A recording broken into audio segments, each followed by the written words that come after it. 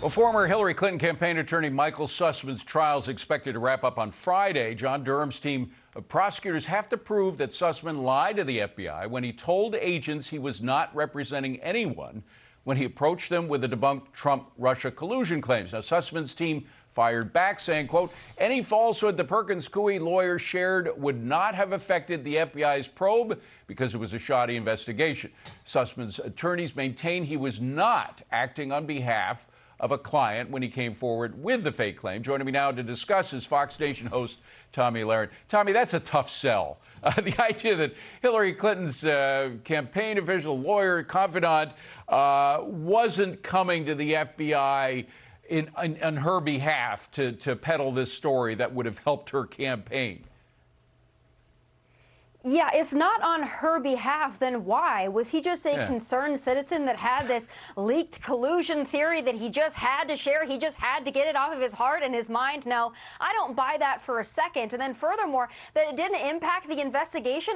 Absolutely it impacted the investigation. Yes, was the FBI very sloppy? Was it a shoddy investigation? Absolutely. It was based on a leaked collusion theory that had very little, if any, merit to begin with. But absolutely it impacted the investigation. But this is more than just about Sussmann and what he said and who he was on behalf of. This goes back to Hillary Clinton herself and her dirty paws on this the entire time. All roads lead back to Hillary. This is a trial that's not getting enough media coverage, but it is certainly important. In some cases, and it's I not believe getting any. It got more attention. It's not getting any, and I believe that if it got more attention, it could potentially end Hillary Clinton's political career. But the media is not too interested in discussing this matter. Well, of course, they were very interested in discussing the phony collusion story, too. And that's what compelled, I think, the FBI. I mean, they kept getting this positive, particularly Peter Strzok and the people at that level of the FBI. A lot of the lower agents must have been upset that they were following a story that didn't make any sense.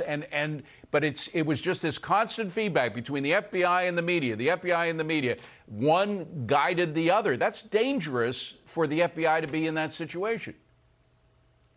And like I said, at the heart of this all is Hillary Clinton. Now listen, her team goes to the FBI with this information, this collusion theory, leaks it to the media, and then she tweets her shock and surprise when the news broke. Hillary had her paws on this, or it seems to be Hillary had her paws on this from the get-go. She wanted to ruin President Trump's campaign, and I think maybe the saddest part of all of this, really, is that even with this leaked collusion theory that was based on little to nothing in the first place, she still lost, and she must still be bitter about that. Right. I'm sure she is. She's mentioned that. But there's also the fact of the FBI itself. I mentioned that before. I mean, it is very concerning that not only were they giving credence to this phony report that some agents said wasn't worth the paper it was written on, but that Sussmann was such a vital part of the FBI. He had a day pass. He could go in and out anytime he wanted to. I mean, how did he get that much power with the FBI? We only got about 20 seconds. Go ahead. Yeah, and again, how did he have that much power, especially if he was just going there, as he claims, as a concerned citizen, wasn't working for anybody at the time? No, I don't buy that for a second. There's a lot of collusion going on here, but it wasn't Trump-Russia, I can tell you that. Yeah, it certainly wasn't. All right, Tomi Lahren, good to see you. Thank you very much. Appreciate it.